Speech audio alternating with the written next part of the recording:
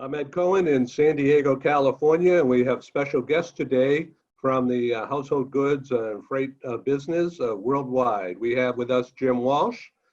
He's there in the blue shirt, and he's the founder and CEO of Relo Solutions Group, a specialty service. And Ray Da Silva, executive with International Association of Movers, IAM, and he's going to get into that with you in just a moment. And we're pleased to have Dave Nathan from CubeMonk. So Jim Walsh, you're in, where are you? Syracuse? Yeah, I'm just east of Syracuse in Fayetteville, New York. Yeah, that's great. Well, thanks for being with us. Ray, you're coming to us from the DC area, is that correct? From Washington, D.C. Just a clarification, Ed. I'm not directly with the International Association of Movers. I'm president of Mobility Exchange, but we are a strategic partner that engages in many of the projects involving the International Association of Movers. All right, well, thank you very much for clarification. And David Nathan is in, where are you? Are you in Pennsylvania? I'm located in Philadelphia. In Philadelphia. And CubeMonk is an innovative service, which I'm going to ask you to get into in just a few minutes.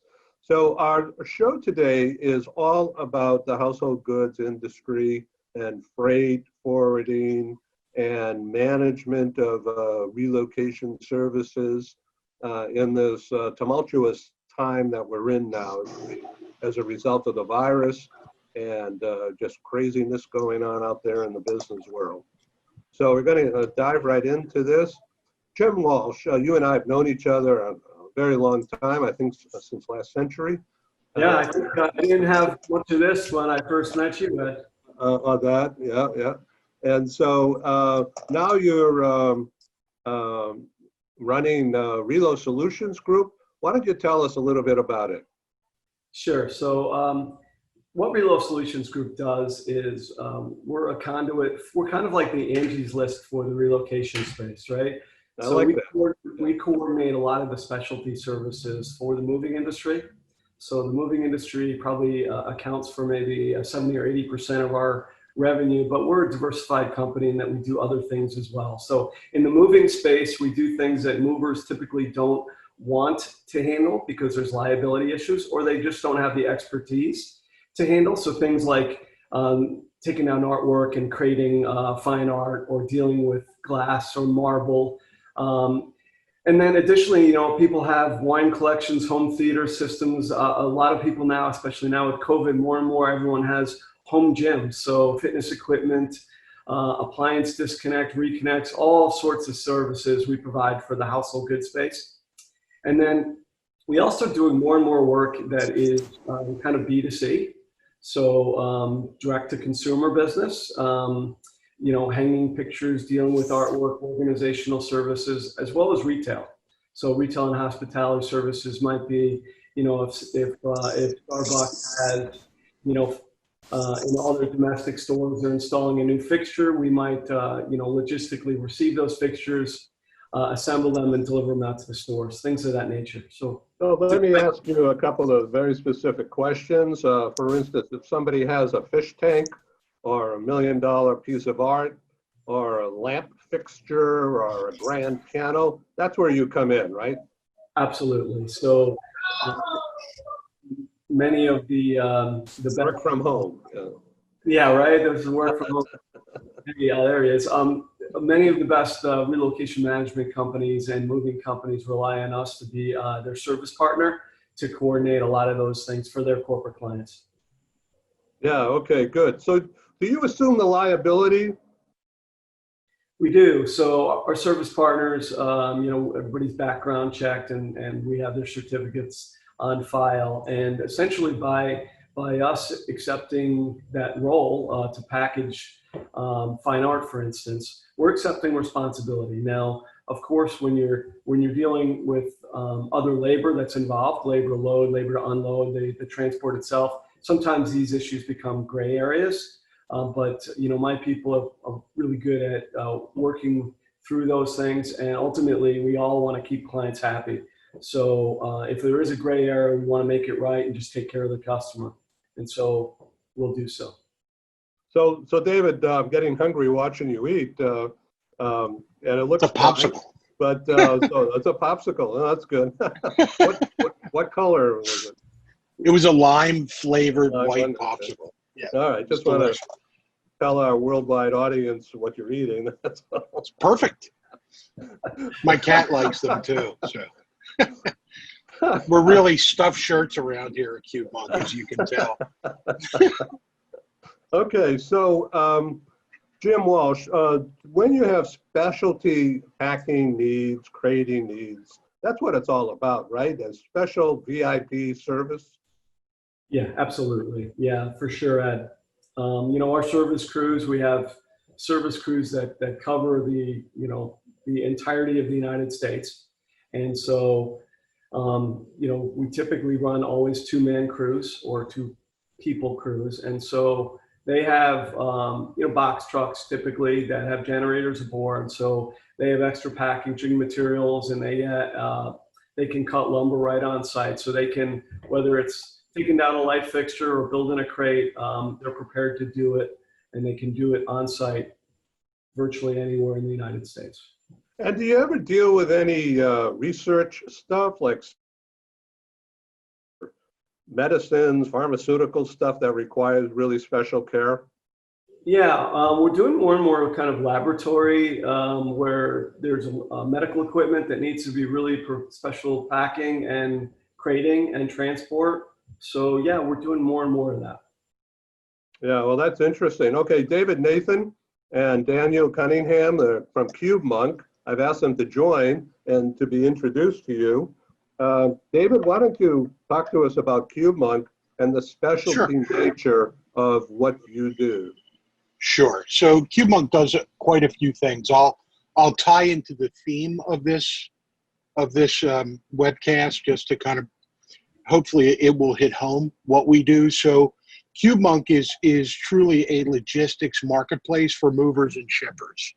So in story form, if one of Jim's teams would go out and package up something of value, let's say, you know, like pharmaceuticals or medical equipment or that aquarium, something that requires special handling, not just at the point of packing, but also throughout the life of that transport, all the way to destination, then also destination services that will require special handling. Cube Monk could play that middle role. We provide a device, which is a steel box, a metal box, which monitors humidity, temperature, shock, if the door gets opened unexpectedly. All of those things that sensitive shipments require, particularly like what we're talking about. And so we can provide that in a box that is roughly the size of a military vault, much more secure, padlocked, and all that kind of stuff, and then special handling through the rest of the transaction. In addition, for a network of moving companies around the country, Cube Monk can serve as a place to go to actually initiate a shipment. So if I'm a mover in Philadelphia, Pennsylvania, and I have a shipment available to me locally, and I need to get that shipment from Philadelphia to San Francisco, everything I could possibly need, whether it's going to be shipped in one of our smart cubes or in a wood vault, anything that can be shipped can go through our marketplace. And every provision of service that they may want, they can find by clicking a button on their smartphone and setting it up. And it's fully transparent, very fair. Everybody makes money, and customer gets great service. That's what Cube Monk does. Fascinating innovation, isn't it, Ray? Off mute there. Yes, it is. In fact, I've gotten to learn a lot about Cube Monk and the proposition that they have. For professional movers who have given up a lot of market share and are facing considerable challenges, the flexibility of the Cube Monk system is going to give them a way to take back some of the market share that they've lost to self-storage providers or other industry disruptors in the freight business. So I think it's a great innovation and a welcome addition for professional movers. Well, thank you for that. That's unexpected, and that's a really good approach. Ray, while I have you in focus here, what's with this DOD thing? Are they walking that back, or are they allowing people to move now? Well, what happens after an award, especially something of this size, 7.2 billion over 3 years? The unsuccessful bidders attend a session or attend separate sessions where they're debriefed and told about the award and perhaps why they didn't hit the mark in terms of being successful. After that period, there is a time within which they can file protests. 2 of the unsuccessful bidders have filed protests and lodged them with the General Accounting Office. And apparently the things that they've highlighted in their protests were of serious concern, enough concern that US Transcom has stopped in order to review and make sure that their bid procedures, the RFP procedures, and their award procedures were done properly. So I guess the short answer is there's a lot of uncertainty right now about exactly what is going to play out. So is the military moving now this summer, right now? Yes, they have been, even during the time when we were under lockdown and the military was under stop orders. Certain moves had to take place. Certain things could not stop. And so that's been easing up generally. I wouldn't say we're back to normal volumes, but it has been slowly easing up. The thing that the industry is experiencing right now is a lack of staffing on the operations side. And part of that has to do with the pandemic, the effects of it. So some people are actually quite concerned about the intimate contact and the operational aspect of being in people's homes. And then another aspect of it is that some of the staff members are being paid during this period by the government, right, while they're off work. And for some, they're choosing, because of their concerns about personal safety, to stay at home rather than return to work. So there is a bit of a concern as it relates to available labor to even provision the kinds of shipments that are taking place right now. It is picking up, is the word. Yeah. Jim, are you seeing a pickup in business? We definitely are. Yes. Good news. Yeah. Glad to hear that. Yeah. Yeah, that's great. So, David, in your side of things, is your focus household goods movers and shakers, or are you going after the other verticals? Well, yes. To answer you directly and as roundabout as I can, our team has a pretty extensive background in the moving and storage industry, so that was a kind of a natural starting point, which we've embraced and thankfully have been embraced in. But our goal is definitely to work in the verticals as well, from pianos and medical equipment, motorcycles, anything that'll fit that has a better chance of getting where it needs to be safely, versus a, shrink wrapped pallet or, other traditional methodologies for shipping, that, and do it at just about the same price, so that you get all those bonuses without paying a lot of extra money. Thank you. So now with a specialty service that's sort of high-end, high-value, like Relo Solutions provides, how does that fit in with the size of the Cube Monk as it now exists? Well, anything that fits ships. If there's volume that's not one piece. I mean, if you're going to ship a 16-foot canoe, that's probably not our forte. You can't be everything to everybody. Right. But what's neat is with our marketplace, you could still arrange the shipping of that canoe and use our first and final mile providers to do so. We just wouldn't be involved as far as the physical device, the Cube. Yeah. Jim, you want to comment? Yeah. First of all, I'm a big fan of CubeMonk. I know a little bit about these guys, and in fact, I've had an opportunity to do a demo of the technology that is so central to what they do, and it's really extraordinary. So, you know, they're a logistics firm, but there's really a technology firm behind everything that they do. So, I think it's been stated earlier. I think they're onto something, and it's needed in the industry. Right. Okay. So, Jim, back to you. So do you have teams all over the world? Or, I mean, how do you do all this? So yeah, mainly it's North America, so U.S. and Canada, and in Canada, it's in and around the major markets. You know, if you get up in, you know, northern provinces of Saskatchewan, where there's no population centers, yeah, we can't cover that job. But domestically, we have very few holes. You know, in North Dakota and South Dakota, there's areas where we'll have to have crews run and just take the drive, because you know, when we provide our clients pricing, it's usually pricing that's fixed throughout North America.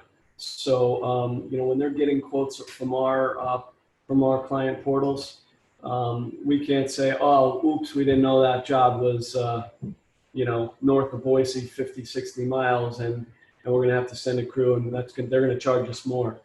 So it's, you know, fixed rate pricing, North America.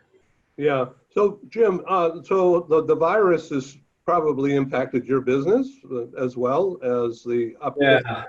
Yeah. I think for the whole industry, it's been really challenging. So, kind of the backstory for me is I was in Florida. I was working from my home in Florida, and my office manager called me and said, "Hey, Jim, the staff is becoming concerned with coronavirus, and I think you need to come back and talk to everybody." So I said, "Honey, I'm getting on a plane tomorrow," and I jumped on a plane, and no sooner did I get back to New York than you know, all hell broke loose, really. So you know, within 2 days, I made the determination that everybody needed to work from home, even though we were quote unquote essential, because we're in the logistics industry. So everybody worked at home, you know, from very early March until June 1st. So, and that was a challenge for us organizationally. We're always very centralized at our corporate office in New York. We had, you know, 3 or 4 remote workers, but we had never all been remote. And so for us to kind of get our act together, you know, it was a little bit challenging. But I'll tell you what, we've had tools like Microsoft Teams and Zoom and Uber meetings. We've had those tools for a long time, but we never really were utilizing them. And, you know, I got to tell you, it's, we've gotten pretty good at it, and I think they're here to stay. Yeah, well, definitely. I, as you know, produce live meetings between January 1 and February 27. We produced Washington, D.C. and New York City, as you know, but also San Francisco, Seattle, L.A., and San Jose. And then since February 27, nothing. Yeah, wow. Yeah. Everything stopped. And so I've decided, even though I've been a member of Zoom for a year or more, and we've been doing our radio shows, podcasts on Uber for 10 years, it seems. We never really used video. I was always afraid, you know, because my hair was never as combed as it is now. But but I've gotten pretty comfortable doing this, and with you guys coming on, it just further enhances the value and the go-to nature of just getting information while you're sitting around with a beer or not. Yeah. So Ray, how are your roundtables going? I've been on a couple, very well attended. Is it continuing now, or I guess everybody's really busy doing other things also? Well, as Jim said, I think we're all adjusting to a new normal, and we're finding that online meetings do have a place. It may have been a bit overdone in certain cases, but that's the same with office meetings. If you approach them without an agenda and without an objective, you're going to waste a lot of time. You can do that online or live. But the roundtables have been a great success, and overwhelmingly, I guess we've been told they're relevant, and they're hitting the mark in terms of delivering information that people are concerned about. So we've had a number of different topics, and we have one coming up on June 25, which will include a major corporate account, the World Bank. It will include one of the most innovative movers in the DC area, JK Moving, and a technology company called Yembo, which produces virtual surveys and digital inventory solutions. And the topic is digital transformation and the opportunity to actually transform customer experience. The initial discussions in preparation, it's really going to be wild, because some of these changes that we've experienced, like online meetings or take video surveys, they were kind of creeping along. People were dabbling with it, and all of a sudden the crisis hit, or the pandemic hit, and you didn't have a choice. You were going to have a contactless survey. And so we've all learned to adapt, but in doing so, we're now seeing possibilities. We're now seeing this acceleration of change and how we can put these pieces together to actually transform the customer experience. So it's going to be a very interesting session. Registration's open at IAM Learning. We'd love to have, it's open to all industry professionals, regardless of whether you're a member of IAM or not. So I saw, I guess earlier today or yesterday, that that company you just mentioned, Yembo, Yes. was IAM validated. Yeah, so we congratulated them because there is a standard, an industry standard called ISO 17541, which is the codification of digital inventory information. Sounds very technical, but anybody who's moved interstate or internationally knows that a handwritten inventory of the goods, the packing list, is prepared. It's been done that way for many, many, many years. And it's been such a slow change to get to digital inventories where these things can be produced in a digital format.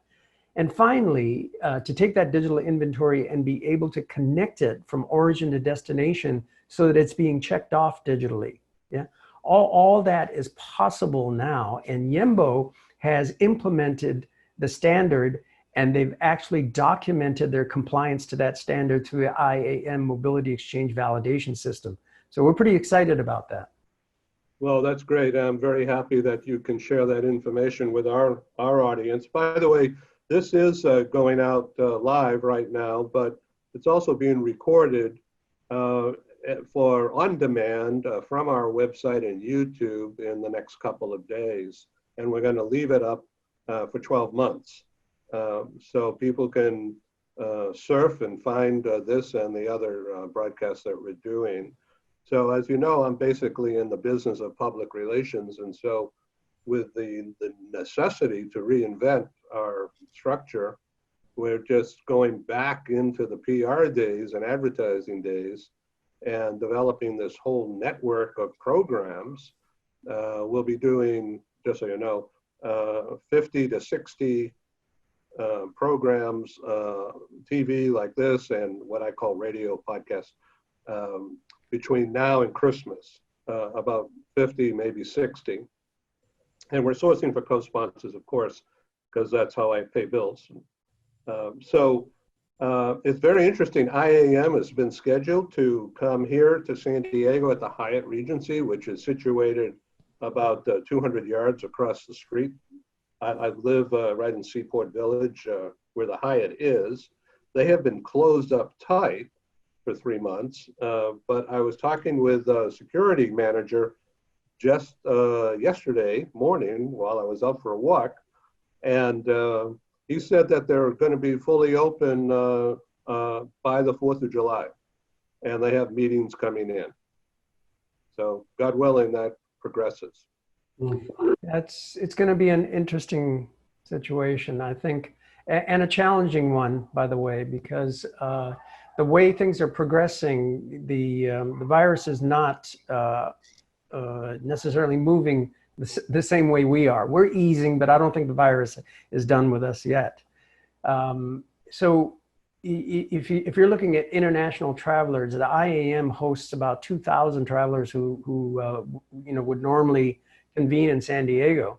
Well, what's a 2-week quarantine going to do for an international traveler coming into the United States? Right. So some things will drastically have to change before October. And the IAM is making contingency plans to have portions of the meeting done virtually, the networking, the trade show exhibits and everything else as a contingency in case things are still under with social distancing concerns, right? Yeah. The other thing they've done is they've got a no risk registration, and a lot of people are registering. People are registering for booth space right now, but they'll be able to get a full refund right up to the last days before the conference. So there's no risk in terms of registering. Yeah, well, that's a really great policy and an innovation in itself. And it's great that IAM is, first of all, can afford to do that. And second of all, they're willing to do it. So if and when people come to San Diego, we'll all meet across the street at the Kansas City barbecue and hoist one, and to good health. Yeah. So we were at Mission Beach, which is about 1.5 miles from where I'm standing right now, last night for dinner. And we're going to go back over there and walk along the beach this afternoon. The sun has come out. June gloom in San Diego along the coast is famous with the low clouds, but the sun has come out. So we're going back over there, and the beach is wide open. It was shut down for a while, but they've been loosening up, and the rate of new disease has been minimum. Apparently being out in the open is good and safe, and fresh air, of course, as opposed to being confined in a smaller space where there's a lot of people in close contact. So I'm assuming that many people from outside the US will not readily travel, hoping that it does. San Diego convention business disappeared pretty quick. We've lost the Comic-Con, we've lost the National SHRM, we've lost some biotech, we've lost some engineering meetings, about $300 million worth of inbound revenue, and the resulting sales tax for the city evaporated. So everybody's anxious and striving to create new ways of doing business. Tourists have begun arriving here in San Diego. Most of them have been locals, meaning Southern California. People from LA come here all the time to get away from LA, I guess. But there are some others, and there's no international flights resuming yet, but domestic flights have picked up. The airport is right down the street, and activity is up. So it's a strong area here when it works. There's a ton of new construction that has gone on, and then all of it just stopped cold 2-3 months ago. And so we're all waiting for that to pick up again, hopefully. So Jim, back to you and Relo Solutions. Where do you see this growing and going in spite of the virus? And what innovations have you got coming up? Well, concerning the virus, it's, I don't know where that's going to go. I was really very optimistic that COVID was essentially going to go away until hopefully, later in the year, if at all. And now, obviously, we've gotten a lot of hot areas. For us to cover some jobs in some of these hot areas has been challenging. We've got some service providers who have been doing this a long time, and they're in that, that age group where they either have, a pre-existing condition or two, or they're up in their, lower to mid 60s. And they just said, hey, you know what, talk to my family, and we're just going to shut it down until we feel safe again. So being able to source from these really responsible, reliable providers that we all rely on, because, my company, like many of our competitors, we all have a very similar service network. So, some of these hot areas to be able to source coverage has been really challenging. I suspect that's going to continue for some time. And, we obviously had, like so much in the industry, we had, just a bucket load of jobs that were moves that were booked that all of a sudden went on either cancel or went on will advise. And so now we're starting to get some of those that have been on will advise, and those files are all of a sudden being opened again. They want them done tomorrow or the next day. Right. So and I think that's a function of staffing. As Ray said, I think some of these relocation management firms and moving companies have either furloughed or laid off people, so that they're having, now that business is coming back a little bit, they're having some challenges in managing that volume. And so if you're a service company like CubeMonk or Relo for that matter, that's kind of down the line, sometimes it results in these services need to be expedited, and it makes it challenging from a coordination perspective. Yeah, thank you for that. David, you want to add some words of insight and wisdom here? Well, I mean, the one thing we've seen as far specifically about COVID, this is what's popping in my head here, is that we're actually seeing an uptick in the movers in our network having an opportunity to sell using a steel box that the consumer can lock at origin and unlock at destination. So, limiting human hands touching their stuff across that transportation service. And being a metal box, it's pretty easy to clean. And so while we certainly don't say things like it's, sanitized or anything like that, there's still a human aspect to that. Yeah. It's certainly, an easier way to, put people's mind at ease that their stuff won't be touched 1,000 times between origin and destination. So that's actually, this isn't going to sound right, but that it's actually been a good thing for us in that sense. Well, it's very practical information. Thank you for that. I wish you well.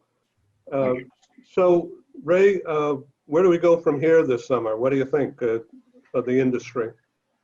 Well, I think it'll be a long time before we get back to normal, if we ever get back to normal. I think we're developing a new normal. But in any time of adversity, I believe there are opportunities for people who understand where to look. So opportunity is always knocking. And if you know when to open the door and how to open it, I think there are very good things that are happening. The acceleration of things like work from home is going to become part of our toolkit. Online meetings, virtual surveys, and digitizing certain aspects of our service. It's accelerated all of those things. And I think there are opportunities within that for companies that are willing to innovate and see past the current crisis and look toward the future. So I'd encourage everybody to you got to manage the current crisis. It's a tough time. It's very challenging. There's no way to get away from that, but look past that and you're going to see some opportunities here. Well, this is really good. I really appreciate you. I just was looking at crisis I've got to deal with later. So I really appreciate you guys doing this. So Jim, just to sum up, you're going to just hang in there, provide the excellent service as you've always done for all these years, and try to secure properly trained staff to do all this detailed packing, unpacking, crating, That's really important because that's really where the rubber meets the road in this industry, isn't it? Is taking care of these specialty items that need your service.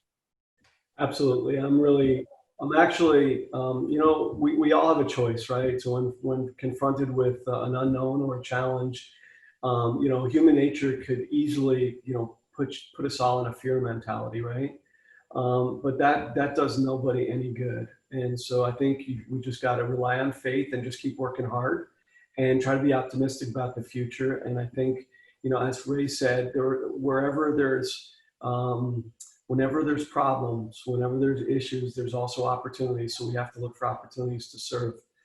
When back in March, when COVID happened, I knew that there was going to be a significant downturn in the industry. So I focused myself and some of my management team to really put a very concerted effort to release a software platform that we've had under development for over 2 years this season. We had initially intended to do it in the fall, but I said, hey, we're all going to have more time and let's just, let's get this done.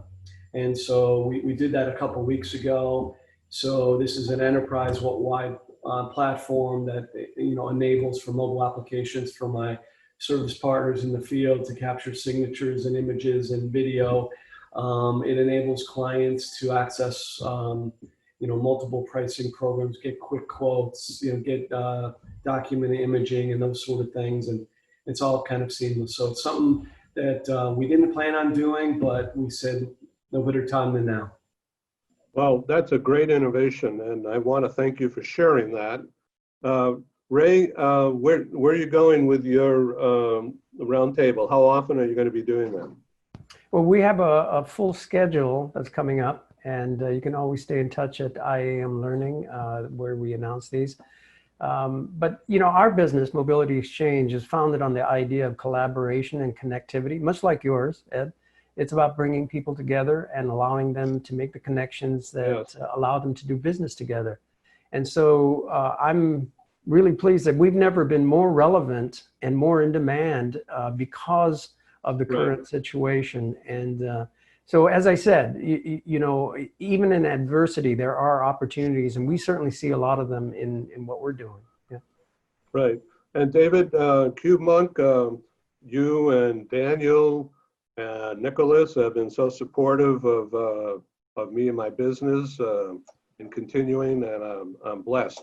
Thank you guys.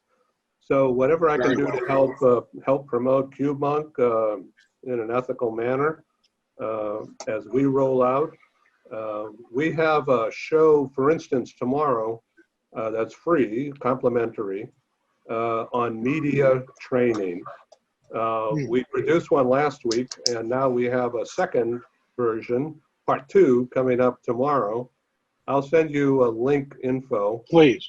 It's all about voice control, about, nobody has to look like President Trump with the makeup and the hair and all that, but you have to be prepared to be on camera and to hold your head right and to speak into that camera rather than looking down at the screen, and having the proper lighting and facial expression, voice. Anyway, we have a professional trainer. It's not me. I'm just the producer. But the professional trainer is a lady who is very well schooled in this and has been doing it for a number of years for very large organizations. So she's our guest. And Wow. she'll be on tomorrow. That's awesome. For about an hour. And it's an open mic.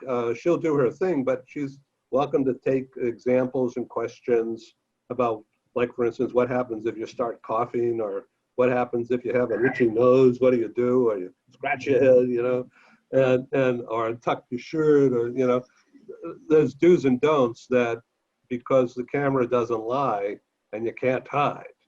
And so you need to be properly prepared to look good on camera. In other words, speaking under stress. And sometimes for a number of people, this Zoom thing, or whatever, Google Meets or LinkedIn or Microsoft Teams, this is stressful stuff, especially if you have valuable clients who are watching you all the time while you're doing this, or if you start hacking or coughing or sneezing and everybody's worried about germs, you know. And, you know, they don't go through the screen, but you still worry. I know Jim gets nervous on these things, so that's good. Oh my gosh. Right, right. So, I'm kind of over it, to be honest with you. I'm done with social distancing, unfortunately. yeah. So I saw that link you put on with, was it you and your son smoking cigars on the golf course? Yes. Yeah, well, that's good. You're in the same family, so it's okay to be that close. Right, exactly. You know, at the club that I belong to, unless you're in the same family, everybody needs to be on separate golf carts. Mm. Yeah. Yeah, it was fun to play with my son this past weekend. All right. Well, this has been a really fun time for me and educational for sure. So Jim Walsh, Relo Solutions. So what's the website, Jim? It's relosolutionsgroup.com. All right. And Ray, what's your go-to website that I want you to promote right now? What's the name of it? mobilityex.com. Okay. And cubemonk.com, right? Correct. All right. Thank you guys for being on Global TV.